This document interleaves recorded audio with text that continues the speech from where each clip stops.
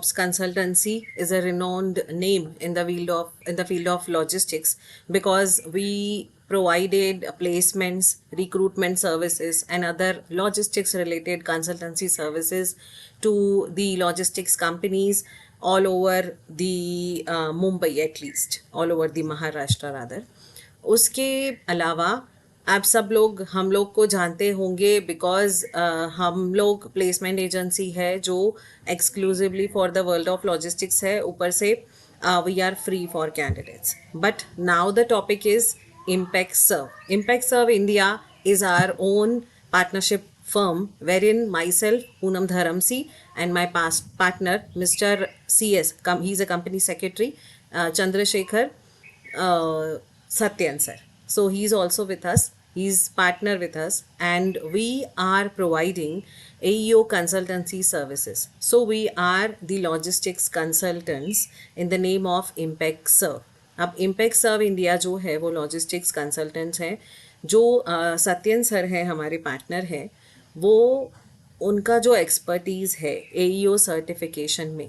AEO certification क्या है? AEO certification authorise economic operator जो प्रोग्राम है वो कस्टम कहाँ दे रही है, किसको दे रही है, क्या उसके शॉर्ट में एलिजिबिलिटी चीज़ें हैं, क्या उसके बेनिफिट्स हैं, वो उसके बारे में सत्यन सर हमें ब्रीफ करेंगे. हम लोग इस मीटिंग को ज़्यादा लंबा नहीं करने वाले हैं because we understand Sunday is the day of family.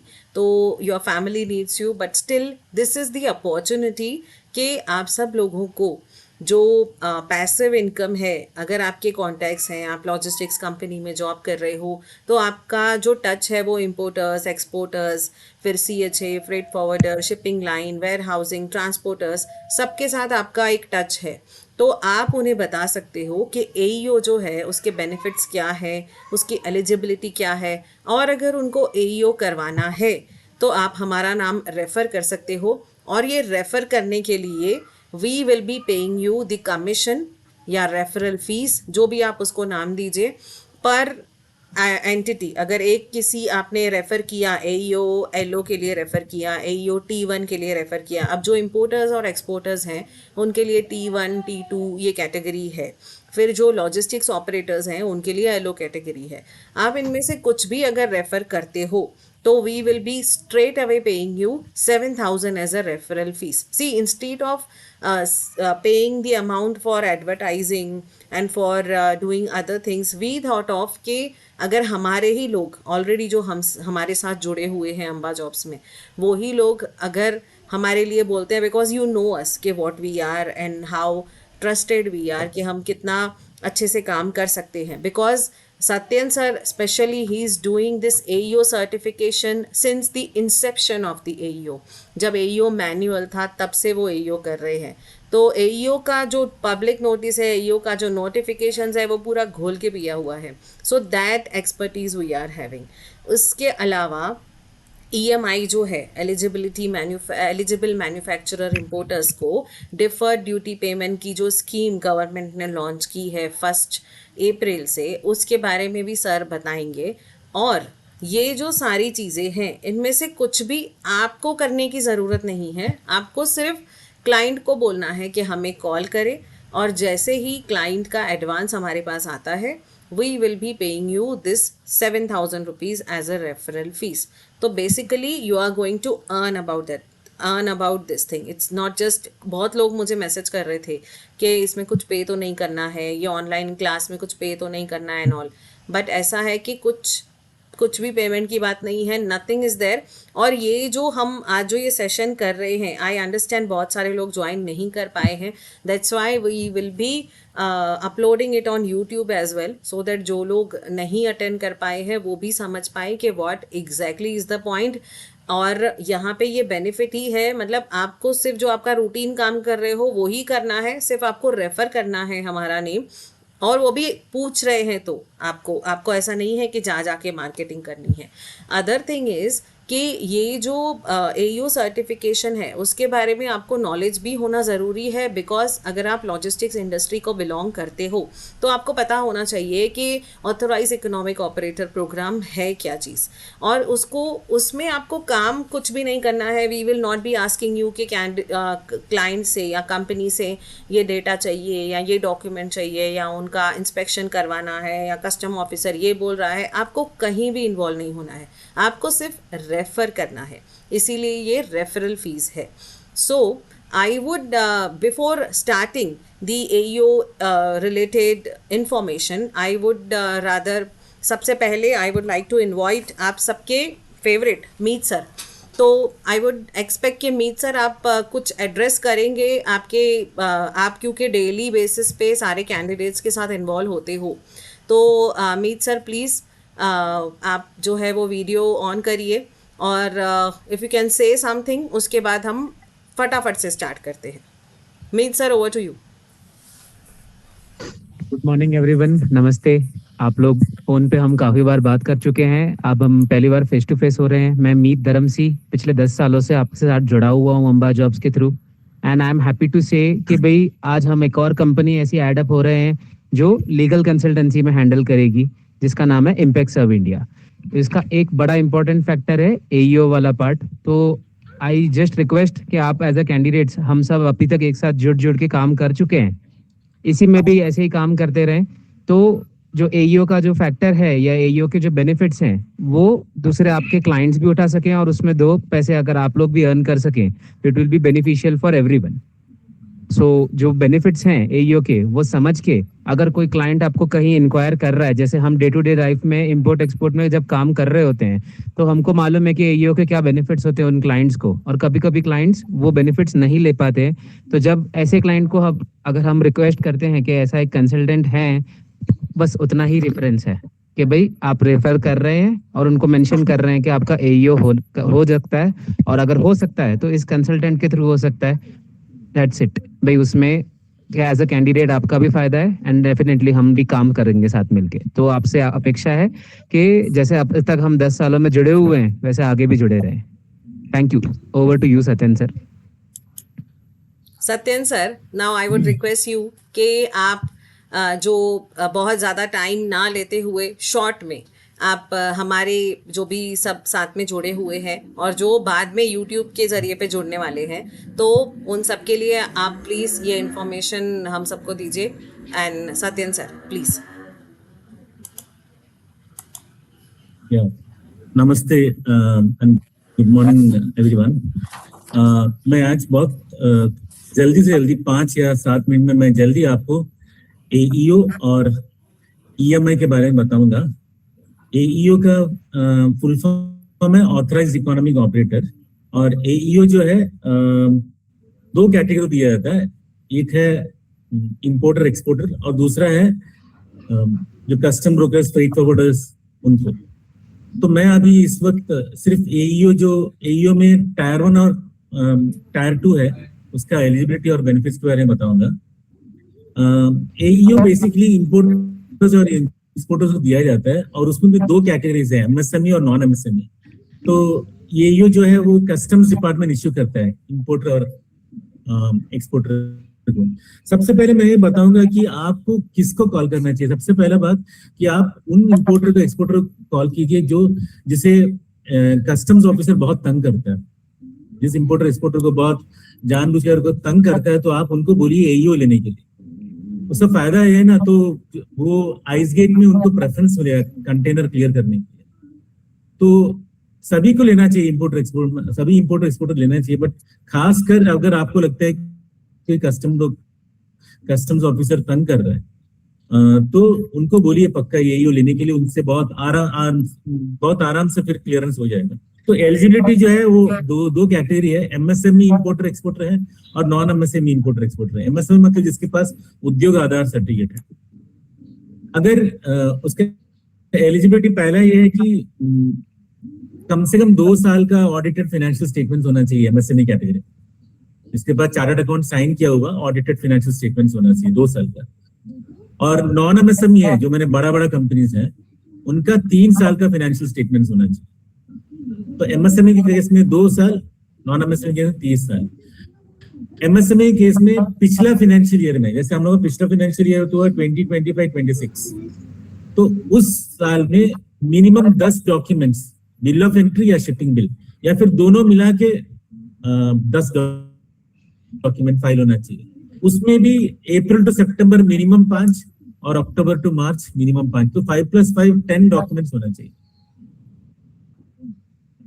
आपको ये सब याद रखने का जरूरत नहीं है, आप जस्ट क्लाइंट को कॉल कीजिए, नंबर दीजिएगा, क्लाइंट हमें कॉल करेगा and you can refer our name, they will call and मैं एक्सप्लेन कर दूंगा, बट फिर भी तो एक ब्रीफ अंडरस्टैंडिंग के लिए बोल रहा हूँ। अच्छा, नॉन एमएसएमई कंपनी जो चीज डॉक्यूमेंट होना चाहिए पिछला फाइनेंशियल ईयर में 25-26 में, शिपिंग बिल और बिल ऑफ एंट्री दोनों मिला के। अच्छा, शोकॉज नोटिस फॉर्जरी, फ्रॉड या स्मगलिंग का कैटेगरी में नहीं होना चाहिए। पिछला 2 एमएसएमई केस में पिछला 2 फाइनेंशियल ईयर में नहीं होना चाहिए, नॉन एमएसएमई केस में पिछला 3 साल में नहीं होना चाहिए। प्रोसिक्यूशन शुरू, मैंने कंपनी के अगेंस्ट प्रोसिक्यूशन शुरू नहीं होना चाहिए लास्ट 2 इयर्स में एमएसएमई केस में, नॉन एमएसएमई केस में 3 साल। कंपनी फाइनेंशियल सॉल्वेंट होना चाहिए, मतलब कंपनी दिवालिया नहीं होना चाहिए, कंपनी सॉल्वेंट होना चाहिए दोनों केस में। और नेटवर्थ और नेट करंट एसेट्स वो जो है वो पिछला 2 साल पॉजिटिव होना चाहिए एमएसएमई केस में, नॉन एमएसएमई केस में 3 साल पॉजिटिव होना चाहिए। ये सब मैं इंपोर्टर एक्सपोर्टर जब कॉल करेंगे मैं उनको एक्सप्लेन कर दूंगा, बट पर फिर भी आपका नॉलेज के लिए मैं बताऊं। मैडम नेक्स्ट, ये तो एलिजिबिलिटी, किसी को कोई डाउट है एलिजिबिलिटी के बारे में पूछना चाहते हैं कोई तो पूछ सकते हैं। हेलो हेलो यस, हेलो, हाँ बोलिए। बोलिए। हाँ बोलिए। अभी मैंने एईओ के लिए एप्लीकेशन किया है, मैं भी इम्पोर्टर के पास हूँ सर। तो अभी हम लोग ने अच्छा। एईओ के लिए मैंने ही एप्लीकेशन किया है। तो एक्चुअली अच्छा। ये renewal and the fresh application is same? नहीं, ये टायर 1 है या टायर 2 है? टायर 2 है। टायर 2 है। हाँ, तो रिन्यूअल एप्लीकेशन आपको देना होगा। बट सेम है मैडम, आपके क्वेश्चन का आंसर यही सही है कि renewal as good as new application ही है। ओके, मीन्स उतना ही टाइम लगता है जितना हाँ, अपना फ्रेश yes. एप्लीकेशन के लिए लगता है। यस, हाँ बिल्कुल। मिनिमम कितना टाइम फिर भी? वो एमएसएमई केस में अप टू 3 मंथ्स लगता है, नॉन एमएसएमई केस में अप टू 6 मंथ्स लग सकता है। तो आप ये क्या करना चाहिए ना, आपका जो T2 एप्लीकेशन है कम से कम 2 महीना सर्टिफिकेट एक्सपायर होने से पहले 2 महीना पहले सबमिट कर देना चाहिए। Yes, अगर yes. वो 2 महीना पहले कर दो, आपको राइट है कि वो जल्दी से इश्यू करवाने के लिए आप इंसिस्ट कर सकते हैं। लेट हो गया तो they will be late. But expire होने के बाद किया तो क्या करना, आई मीन क्या उसमें कुछ पेनल्टी है? पेनल्टी नहीं है, पर डिले बहुत होगा। आपको राइट नहीं है, ये नहीं बोल सकते कि मुझे 2 महीने के अंदर कर दो, वो बोला आप नहीं सकती। पर अगर आप 2 महीना से पहले 60 डेज, एक्चुअली 60 डेज से पहले अगर आपने रिन्यूअल एप्लीकेशन सबमिट कर दिया है तो they are duty bound to give the certificate within before the date of expiry. आप इंसिस्ट कर सकती हैं। ओके ओके, बट अभी हम लोग का लास्ट सितंबर में एक्सपायर्ड हो गया सर्टिफिकेट। हम लोग ने अभी जनवरी फरवरी में सबमिट किया है sir, because of delay there agent is not here, that's why. Inspection हो गया? इंस्पेक्शन नहीं हुआ है, जस्ट डॉक्यूमेंट्स उन्होंने फाइल किया है, ऑनलाइन फाइल किया है, अभी इंस्पेक्शन बाकी है। वो फिजिकली इंस्पेक्शन करते हैं क्या सर? हाँ करते हैं फिजिकली। अच्छा, इसमें 2 बात है। अगर आपने एक्सपायरी होने से पहले, मैंने 2 महीना पहले 60 डेज पहले कर दिया, तो ऑफिसर कोई जोन क्या करता है, इंस्पेक्शन होता है। अगर आपने एक्सपायरी के बाद किया तो एकदम टाइट इंस्पेक्शन होता है, ऐसा है। तो आई विल ऑलवेज प्रेफर कि आप एक्सपायरी से पहले 7 दिन पहले आप सबमिट कर दो। अच्छा मैडम, छाया मैडम, इंस्पेक्शन Yes. होना ही है, इंस्पेक्शन होगा ही। आई बिलीव अगर आपने मुंबई के किसी भी जोन में सबमिट किया है तो because as good as new आपके लिए न्यू T2 ही है, क्योंकि वो आपका ऑलरेडी एक्सपायर हो गया है सितंबर में। Yes, तो आप नया yes. कर रहे हो, मतलब एज गुड एज न्यू है। इंस्पेक्शन होगा आपके प्रेमाइसिस में आके, वो इंस्पेक्शन करने वाले ही है, उसके बिना काम आगे नहीं बढ़ेगा। इंस्पेक्शन होने वाला ही है। ओके, मैं फिजिकली इंस्पेक्शन करते ही है वो लोग। यस यस, पहले okay, legal okay, compliances documentation का स्क्रूटनी होगा, उसके बाद ओके। वो आपको एक डेट देंगे जब वो आके आपके प्रेमाइसिस में इंस्पेक्शन करेंगे। छाया मैडम, डिफिशिएंसी इशू है आपका? डिफिशिएंसी इशू है? डिफिशिएंसी नहीं सर, नहीं इशू हुआ है अभी तक। कौन सा जोन में सबमिट किया आपने? मुंबई के नहीं, मुंबई में कौन सा जोन? नावाशेवा में? नमस्कार, यस सर, नमस्कार। अच्छा, आपका कंपनी का नाम क्या है? बालाजी इम्पैक्ट्स। क्या इम्पैक्स? बालाजी इम्पैक्ट्स, बालाजी, या। अच्छा, एनी कोई और कोई any other doubt? Yes sir, T2 के लिए अभी हम लोग का T2 ही था, बट T3 के लिए क्या करना पड़ेगा? Every year there is export is mandatory for T3। नहीं, T2 आपका केस में T2 आपने क्योंकि एक्सपायरी हाँ नहीं मालूम है, आपका केस में आपने एक्सपायरी के बाद एप्लीकेशन सबमिट किया, यस। इसलिए इसके कारण आपको T3 लेने के लिए अभी 2 साल वेट करना होगा। बट T3 के लिए every year export is mandatory sir? नहीं कर सकते नहीं। हम लोग T3 के लिए एप्लीकेशन? मैडम T3 आप कर सकते हैं। एक मिनट मैडम, चाहे मैडम आपको अगर T2 आपने अगर एक्चुअली आपने T2 जब लिया था, लेने के बाद विद इन 2 इयर्स आप T3 के लिए एप्लीकेशन दे सकते थे, 2 साल के तुरंत बाद। अच्छा, ओके। पर आपने अभी प्रॉब्लम क्या है कि आपका तो एक्सपायरी हो गया, यस सर। इसलिए आपको T2 का एप्लीकेशन देना है। अगर एक बार रिन्यू हो गया तो 2 साल बाद आप T3 अप्लाई कर सकते हैं। ओके, नहीं ऐसे में उसमें T3 के लिए ऐसे हम लोग को मालूम पड़ा कि every year export is mandatory for T3। नहीं, कौन बोला आपसे? नहीं, ऐसे मालूम पड़ा, I don't know, because I am नहीं, गलत है। AO में I am fresh, that's why. नहीं अंडरस्टूड। नहीं, मैं ये बोल रहा किसी ने आपको अगर एडवाइस दिया तो एडवाइस गलत दिया। ओके। ऐसा रिक्वायरमेंट नहीं है। 25 डॉक्यूमेंट्स होना पड़ेगा, किंतु पिछला फाइनेंशियल ईयर में 25 डॉक्यूमेंट्स, बिल ऑफ एंट्री और शिपिंग बिल मिला के, दोनों मिला के 25 डॉक्यूमेंट्स। बट हम लोग का ये नहीं, एक्सपोर्ट नहीं है तो भी कर सकते हैं हम लोग ना? हाँ, कर सकते हैं। ओके। तो 25 बिल ऑफ एंट्री होना चाहिए।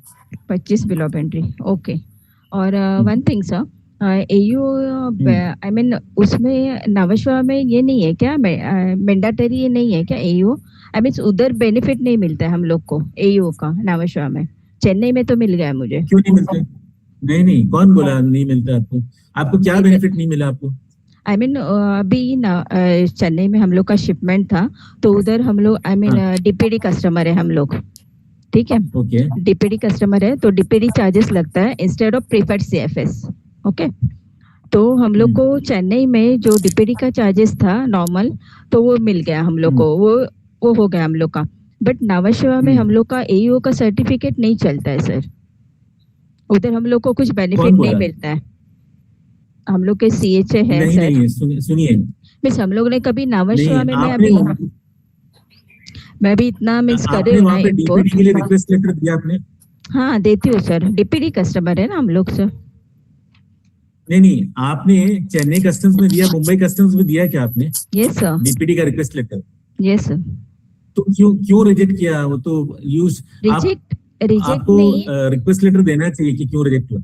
रिजेक्ट नहीं, बट हम लोग को इधर प्रीफर्ड CFS में हम लोग का प्रीफर्ड CFS जो है वो जैम बख्शी ही है, उधर ही आता है। बट सपोज जैम बख्शी नहीं है हम लोग का प्रीफर्ड CFS, सपोज दूसरा किस में जाता है तो हम लोग का DPD का चार्जेस नॉर्मल नहीं मिलता है ना, वो फिर ऐसे बोल रही हूँ मैं। अच्छा, नहीं, DPD चार्जेस जो है ना वो स्टैंडर्डाइज नहीं है, CFS का अलग अलग चार्जेस है। Right sir, right. हाँ, ठीक है। चलो, मैं अभी एलिजिबिलिटी खत्म किया तो मैं अभी बेनिफिट्स में की ओर जा रहा हूँ। तो T1 के केस में और T2 के केस में दोनों में आपको डीपीडी और डीपी दोनों मिलेगा, डायरेक्ट पोर्ट डिलीवरी और डायरेक्ट एक्सपोर्ट। और हायर फैसिलिटेशन का मतलब क्या है ना, अगर आप T2 और T1 T2 खासकर T2 और T3 है तो आपको कंटेनर 99% आपका आरएमएस में हो जाएगा, 99%। एंड अगर आप T2 T3 है तो आपको ऑटोमेटिक आउट ऑफ चार्ज मिल जाएगा, T1 में नहीं मिलेगा आपको, कंटेनर आपका आउट ऑफ चार्ज हो जाएगा।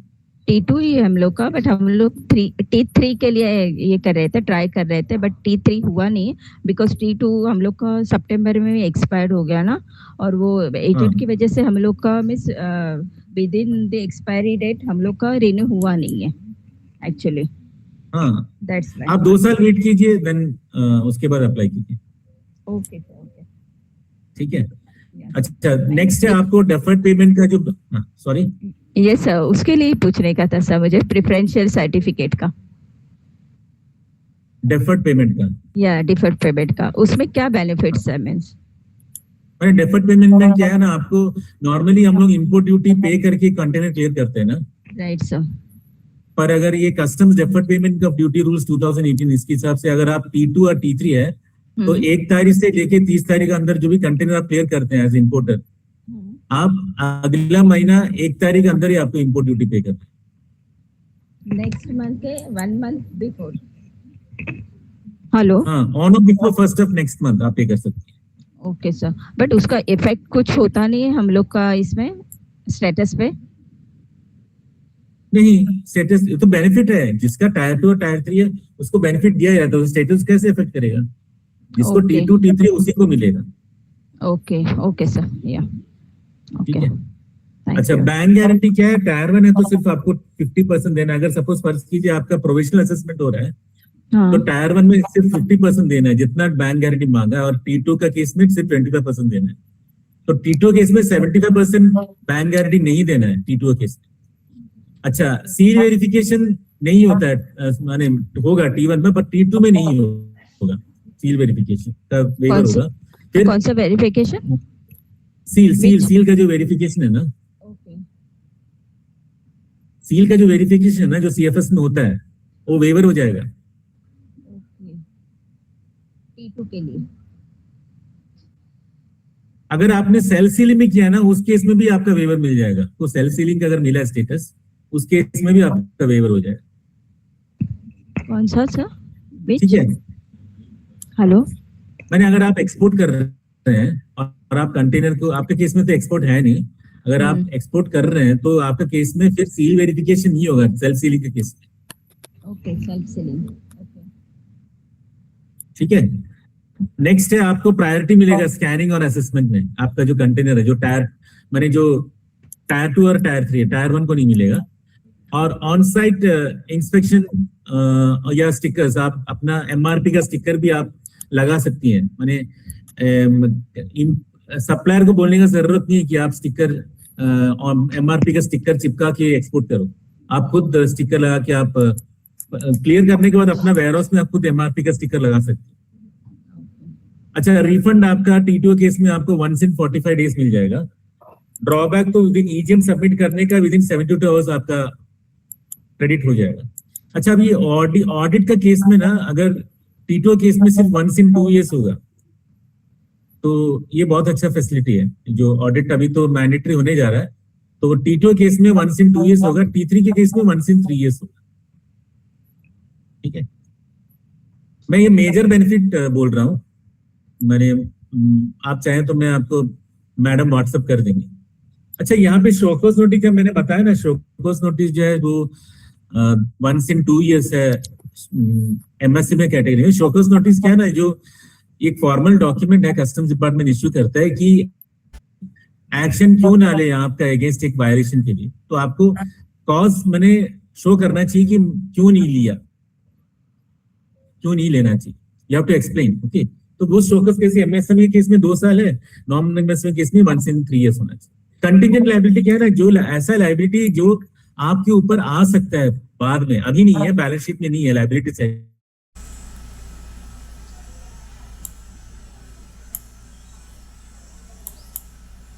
सर आपका वीडियो नहीं तो वो लॉस को कंटिजेंट लायबिलिटी हो। ओके चलो नेक्स्ट। अच्छा, वैलिडिटी पीरियड जो है ना, टायर 1 और टायर 2 केस में तो 3 इयर्स है, और टायर 3 और येलो केस में 5 इयर्स है। ये इफेक्टिव है। और आपको एक बार एईओ सर्टिफिकेट मिल गया तो आप इंडिया में कोई भी पोर्ट से आप इंपोर्ट एक्सपोर्ट कर सकते हैं। ऐसा नहीं कि हर पोर्ट में आपको एईओ का एप्लीकेशन देना है। हाँ, डीपीडी का एप्लीकेशन आपको हर पोर्ट में देना होगा, बस ये एक अलग सा फॉर्मेलिटी है। और हाँ, जैसे इसमें पूछा है कि जब टायर 2 अगर है तो हायर स्टेटस के लिए एप्लीकेशन दे सकते हैं। टायर 1 के केस में कभी भी कर सकते हैं, पर टायर 2 केस में टायर 3 के लिए आपको 2 साल वेट करना होगा।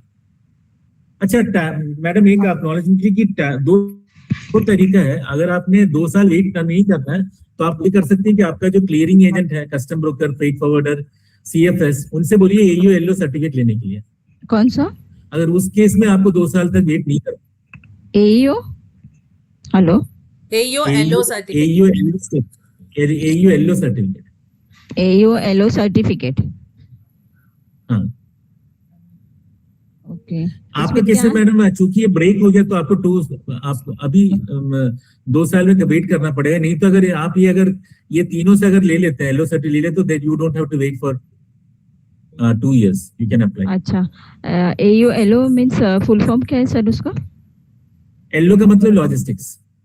Okay okay, logistics certificate. Logistics operator. AEO yellow. AEO जो है ना वो हर उस एंटिटी को मिलता है जो इंपोर्ट एक्सपोर्ट से रिलेटेड है। तो अब एईओ जो है वो इंपोर्टर्स एक्सपोर्टर्स को तो मिलता ही है इन कैटेगरी ऑफ T1, T2 और T3, but other than those who are supporting these import and export, जैसे कि सीएचए है, फ्रेट फॉरवर्डर है, वेयर हाउसिंग है, ट्रांसपोर्टर है, इन सबको भी, शिपिंग लाइन्स है, एयरलाइंस है, इन सबको भी एईओ स्टेटस मिलता है, बट उसका नाम है AEO yellow because they are logistic service provider. तो वो लोग वो सपोर्ट करते हैं इंपोर्ट एक्सपोर्ट को, तो उनके लिए भी एईओ कैटेगरी है और इंपोर्टर एक्सपोर्टर्स के लिए तो है ही। तो अगर आपको डायरेक्टली T3 के लिए जाना है तो आपको आपके जो भी सीएचए है, फ्रेट फॉरवर्डर है, वेयर हाउस कीपर है, उन सबको बोलना है कि आप अपना एईओ येलो ले लीजिए, तो ही आप एलिजिबल हो सकते हो T3 एप्लीकेशन करने के लिए। Okay ma'am, okay, thank you. And one thing ma'am, AEO certificate के लिए आई मीन फ्रेश है और रिन्यूअल है, उसके लिए फीस क्या है? कस्टम में कोई फीस नहीं है, ऑफिशियली कोई भी फीस नहीं है, 0। फिर भी एजेंट का कितना फीस रहता है मिनिमम? ये तो एजेंट बहुत का सारे फीस पैरामीटर्स पे डिसाइड होता है। आपकी कंपनी एमएसएमई है, नॉन एमएसएमई है, प्राइवेट लिमिटेड है, पब्लिक लिमिटेड है, आपकी कंपनी के कितने ब्रांचेस हैं। एमएसएमई है।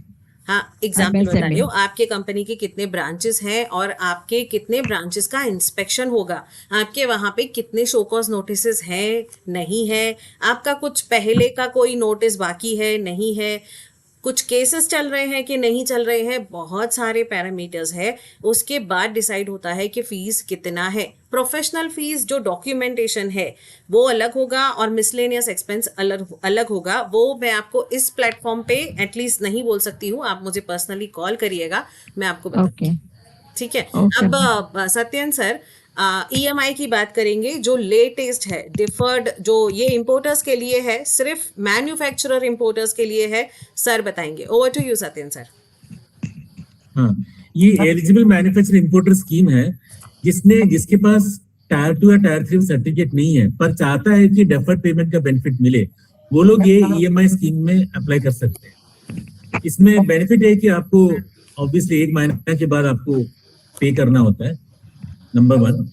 नंबर 2, तो आपने कोई भी महीना का 1 तारीख से लेके 30 तारीख तक आपको अगला महीना 1 तारीख अंदर पे करना। सपोज फर्ज किया आज आपने इंपोर्ट किया 15th को, then you have to pay on और before 1st of next month. इसमें एक फर्क है, मंथ ऑफ मार्च में क्या है कि 1st to 31st will have to pay on 31st itself. आपको 1st अप्रैल नहीं मिलेगा, खाली लास्ट मंथ के लिए, क्योंकि फाइनेंशियल ईयर एंड है। तो फाइनेंशियल ईयर एंड में आपको मार्च में ही आपको सब क्लोज कर देना है पेमेंट। नेक्स्ट है कि आपको वर्किंग कैपिटल का जो कॉस्ट है वो कम जाएगा, आपको रिड्यूस वर्किंग कैपिटल रिक्वायरमेंट होगा। और ये जो स्कीम है अभी जस्ट इस महीने लॉन्च हुआ है, ये 31 मार्च 2028 तक चालू रहेगा। उसके बाद रिन्यू करना दैट गवर्नमेंट डिसाइड करेंगे वो रिन्यू करना है कि नहीं। एलिजिबिलिटी क्या है कि मैन्युफैक्चरर और इंपोर्टर दोनों होना चाहिए, खाली इंपोर्टर या ट्रेडर को ये फैसिलिटी नहीं मिलेगा। कंपनी जो है मैन्युफैक्चर, अच्छा मैन्युफैक्चर मतलब क्या है, जो वैल्यू एडिशन करे रॉ मटेरियल में, कुछ काम किया रॉ मटेरियल के ऊपर, ये हो सकता है। रीपैकिंग भी हो सकता है, जो मैंने पैकेट मैंने बहुत बड़ा सैक में इंपोर्ट किया और रिटेल में पैक करके अगर आपने बेचा, तब भी वो मैन्युफैक्चरर डेफिनेशन में आएगा। रीलेबलिंग भी है, रिपेयरिंग भी है, ये सब मैन्युफैक्चरिंग के कैटेगरी में आता है। अच्छा वैलिड इंपोर्ट एक्सपोर्ट कोड होना चाहिए, दैट गोज विदाउट सेइंग। अच्छा पिछला फाइनेंशियल ईयर में जाके दैट इज 25-26 में कम से कम 25 इंपोर्ट एक्सपोर्ट डॉक्यूमेंट्स फाइल करना चाहिए। नॉन एमएसएमई केस में, एमएसएमई केस में 10 डॉक्यूमेंट्स। अच्छा इस केस में ना वो अप्रैल टू सितंबर और अक्टूबर टू मार्च वाला चक्कर नहीं है, 5+5 जरूरत नहीं है, सिर्फ 10 डॉक्यूमेंट काफी है पिछला फाइनेंशियल। और आपका सब जीएसटी मिला के आपका मिनिमम 5 करोड़ से ऊपर होना चाहिए टर्नओवर पिछला फाइनेंशियल ईयर। आपका जीएसटीआर का जो रिटर्न सब है वो फाइल करेक्ट टाइम हो जाना चाहिए। एंड जो ड्यूटी कलेक्ट करके आपने जो पे नहीं किया है उसको आप रेगुलराइज कर देना चाहिए एप्लीकेशन कंप्लीट करने से पहले। और ऑब्वियसली कन्विक्शन या अरेस्ट नहीं होना चाहिए। शोकॉज नोटिस और का इश्यू यहाँ पे नहीं है, पर अरेस्ट नहीं होना चाहिए। जो एप्लीकेंट है सोल प्रोप्राइटर या पार्टनर्स, उनका केस में कुछ अरेस्ट या कन्विक्शंस नहीं होना चाहिए, प्रोसिक्यूशन नहीं होना चाहिए कंपनी के केस में। बस ये है मेन एलिजिबिलिटी। आपको अगर कोई डाउट है ईएमआई के बारे में तो आप पूछ सकते हैं। Thank you sir, thank you. So I believe कि you guys got an rough idea. उसके बाद भी if you want to know more about any of these things, you are free to call us. You have our numbers. आप हमें call करिए। आपके पास कोई client का रिक्वायरमेंट है, जिनको एईओ करना है, जिनको ईएमआई फैसिलिटी अवेल करनी है, तो आप प्लीज़ रिकमेंड करिए इफ़ यू ट्रस्ट अस। और जो थिंग है, जो बात है आज के इस मेन प्रोग्राम की, कि we will be paying you the referral fees of 7,000 rupees irrespective of the amount of the fees. Even if कहीं ऐसा होगा कि हम लोग ब्रेक इवन पे भी काम कर रहे होंगे, तो भी वी सी टू इट कि हम जो आपको रेफरल फीस है वो पे करेंगे, because we are committing on this platform. So I believe कि आप लोग रेकमेंड करेंगे हमारा नाम। एंड आप करके देखिए कि हमारी सर्विसेज कैसी है। And you know us since long now, and that's why we expect this from you. And that's all for today. Thank you very much. आप लोगों ने संडे के दिन अपना टाइम निकाला। I appreciate. Madam, one point. We have actually handled more than 500 AU applications. So we are very credible Yes, person in this more than area. 500 500 से ज्यादा T2 और T3 के हमने. Yes, Okay. fine. Okay. And Thank you. special Thank you, everyone. thanks to Chaya madam for Yes. making this session interesting and Yeah, thank you. yeah, Yeah. fine. Thank you. Yeah, yeah. Thank you, Yeah, everyone. I was waiting for that, ma'am. Thank you. Thank you. Yeah. Hello, one thing, ma'am. Yes, please. Yeah, ma'am. हाँ, ऐसे आप बोलिए। Import export के लिए नहीं session करते हैं क्या? हाँ, करते हैं नियर फ्यूचर, मतलब करते ही करते हैं हैं। हम लोग। आपको बताएंगे हम Yeah. अभी से, हम वो Okay. चैनल में पोस्ट करेंगे जहाँ पे Okay. हम लोग इंपोर्ट एक्सपोर्ट रिलेटेड भी सेशंस होंगे। How to file bill of entry, how to file Right. Shipping bill. तो बेसिक जितना डेटा हम कर पाएंगे, हम हमारी तरफ से पूरी कोशिश करेंगे। Yeah, we are manufacturer.